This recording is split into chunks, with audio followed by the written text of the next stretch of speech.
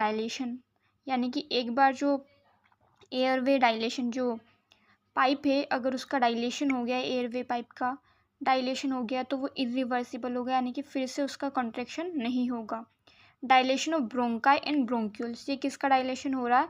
जो लंग्स के अंदर ब्रोंकियाई और ब्रोंक्यूल्स होते हैं, तो उनका डायलेशन जो है वो होना, दैट इज़ इन फोकल और डिफ्यूजिव मैनर, यानी कि यहाँ पर जो डायलेशन हो रहा है ब्रोंकाई और ब्रोंकियल का, वो फोकल या फिर डिफ्यूजिव मैनर में हो रहा है। यहाँ पर फोकल का मीनिंग होगा कि ऑब्स्ट्रक्टिव फॉर्म में हो सकता है वो।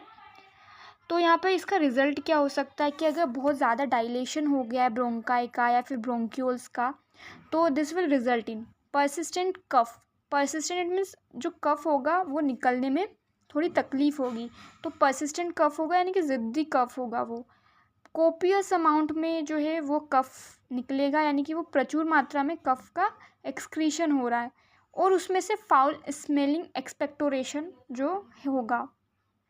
पुरुलेंट स्पूटम होगा, यानी कि उसका पुरुलेंट कलर का, पुरुलेंट इट मीन थोड़ा सा येलोइश स्पूटम होगा। यहाँ पे डायग्राम है, उसमें बताया है कि जैसे कि ये जो एयरवे है ब्रोंकाई का, उसका जो नेक्स्ट डायग्राम में बताया है कि जो स्मूथ मसल है उस जो नेक्स्ट डायग्राम में बताया है कि जो डायलेशन है उसकी वजह से ये ऐसा स्ट्रक्चर हो जाएगा। तो डायलेशन के बाद ब्रोंकाई और ब्रोंक्यूल का डायलेशन होगा तो वो कुछ ऐसा दिखेगा। अब इसमें जो स्मूथ मसल डिस्ट्रक्शन हो रहा है, जो स्मूथ मसल से उनका डिस्ट्रक्शन हो रहा है, साथ में जो इलास्टिक टिश्यू जो है उनका भी डैमेज हो रहा है। अब ये डैमेज जो है नेक्रोटाइजिंग इन्फेक्शन की वजह से हो रहा है, यानी कि सेल्स जो हैं वो नेक्रोटाइज हो रही है due to infection. Now here is permanent dilation of bronchi and bronchioles. So इसकी एटियोलॉजी देखें तो ब्रोंकिएक्टिएसिस फोकल यानी कि ऑब्स्ट्रक्टिव भी हो सकता है, और एक डिफ्यूजिव यानी कि वाइड स्प्रेड ब्रोंकिएक्टिएसिस होगी। तो हम पहले देखते हैं कि ऑब्स्ट्रक्टिव यानी कि फोकल ब्रोंकिएक्टिएसिस क्या है। तो फोकल ब्रोंकिएक्टिएसिस में दो टाइप्स हैं, एक्सट्रिंसिक पहला और दूसरा है इंट्रिंसिक। एक्सट्रिंसिक में लिम्फेडेनोपैथी और ट्यूमर मास ये हो सकते हैं। इंट्रिंसिक में एयरवे मास यानी कि एस्पायरेटेड फॉरेन बॉडी की वजह से ब्रोंकियल एट्रेसिया, ये इसके कारण हो सकते हैं। डिफ्यूजिव में इन्फेक्शन जैसे कि बैक्टीरियल नॉन ट्यूबरकुलर माइकोबैक्टीरियम।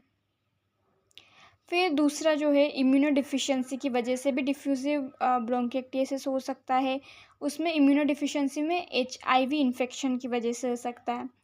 फिर जो तीसरा कोर्स है वो जेनेटिक कोर्स है, यानी कि सिस्टिक फाइब्रोसिस अगर हो रही है तो उसमें भी ये देखने को मिलेगा। फिर ऑटो इम्यून या फिर र्यूमेटिक डिसीज़ है, जैसे कि RA, र्यूमेटॉइड आर्थराइटिस, IBS या फिर ज़ोग्रेन सिंड्रोम। फिर अगर रिकरेंट एस्पायरेशन हो रहा है तो उसमें भी ब्रोंकिएक्टिएसिस दिखेगा, या फिर मिसलेनियस इडियोपैथिक कोर्स भी हो सकता है। पैथोजेनेसिस में इन्फेक्शन हुआ, पुअर म्यूकोसिलियरी क्लियरेंस यानी कि जो ब्रोंकाई ब्रोंक्यूल से वहाँ पर जो सिलियरी मूवमेंट है, सिलिया के थ्रू जो क्लियरेंस होना चाहिए, म्यूकोसिलियरी क्लियरेंस जो है वो पुअर होना। Microbial colonization of bronchial tree, यानी कि यहाँ पे क्या है, जो अगर इन्फेक्शन हुआ फर्स्ट स्टेज में, वो माइक्रोबियल इन्फेक्शन बढ़ा और उसने कॉलोनी फॉर्म बना ली। कोलोनाइजेशन की वजह से ब्रोंकियल ट्री में माइक्रोबियल कोलोनाइजेशन हो गया, जिसके वजह से एयरवे जो है वो लार्ज हो गया, लार्ज यानी कि डायलेशन उसमें हो गया। उसकी वजह से लार्जर एयरवे वॉल डैमेज हुई, तो एयरवे की जो वॉल है वो लार्ज अमाउंट में डैमेज हो गई। उसी की वजह से क्या हो रहा है कि dilation with loss of elastin smooth muscle and cartilage. Elastin smooth muscle है या फिर वहाँ की जो कार्टिलेज है, उनमें वहाँ की जो कार्टिलेजेस है उनका भी कहीं ना कहीं डायलेशन होना, और यही क्या है, इरिवर्सिबल डायलेशन जो है वो ब्रोंकिएक्टिएसिस कर रहा है। ये हमने पहला देखा, पैथोजेनेसिस का पहला कोज जैसे कि इन्फेक्शन की वजह से हो रहा है। अब हम दूसरा देखते हैं कि inflammation of small airway wall. इसमें ऑब्स्ट्रक्शन ऑफ एयर फ्लो, अगर स्मॉल एयरवे वॉल का इन्फ्लामेशन हुआ है तो वो क्या कर रहा है, एयर फ्लो का ऑब्स्ट्रक्शन कर रहा है। ये दूसरा इसमें ये भी हो सकता है कि वो प्रोटीएसेस जो एंजाइम्स होती है उसको रिलीज़ करवाए, या फिर अदर मेडिएटर्स जैसे कि ऑक्सीजन स्पीसीज हो गई उनको, या फिर प्रो इन्फ्लामेटरी साइटोकाइंस को की रिलीज़ को बढ़ा दे। उसकी वजह से क्या होगा कि ब्रोंकिएक्टेसिस होगा। ये हमने इसकी एटियोलॉजी देखी, पैथोजेनेसिस हमने इसकी देखी। अब हम देखते हैं कि इसके क्लिनिकल फीचर्स क्या हो सकते हैं। तो क्लिनिकल फीचर्स में परसिस्टेंट या फिर प्रोडक्टिव कफ, क्रैकर्स और विजिंग साउंड आना ऑस्कल्टेशन में, या फिर क्लबिंग डिजिट्स दिखेंगी। डिजिट्स जो होंगी वो क्लबिंग होंगी ऐसा। अब क्लबिंग फिंगर्स इसमें ये है कि हिप्पोक्रेटिक फिंगर्स होती हैं, इसे बोलते हैं। ये मोस्टली क्लबिंग फिंगर्स जो हैं ये मोस्टली हार्ट या फिर लंग डिसीज वाले पेशेंट में देखने को मिलती है। इसकी डायग्नोसिस जो होगी तो एक्सरे डायग्नोसिस में क्या होगा, प्रेजेंस ऑफ ट्रेम क्रैक्स जो है उसकी प्रेजेंस दिखेगी। अगर ट्रेम क्रैक्स अगर डायग्नोसिस लंग की एक्सरे डायग्नोसिस की उसमें ट्रेम क्रैक्स अगर दिखी तो वो इंडिकेट करेगी कि यहाँ पर जो है एयरवे डायलेशन देखने को मिल रहा है। Elderly main with COPD and bronchiectasis में ये डायलेशन दिखेगा एयरवे में। CT scan is more specific.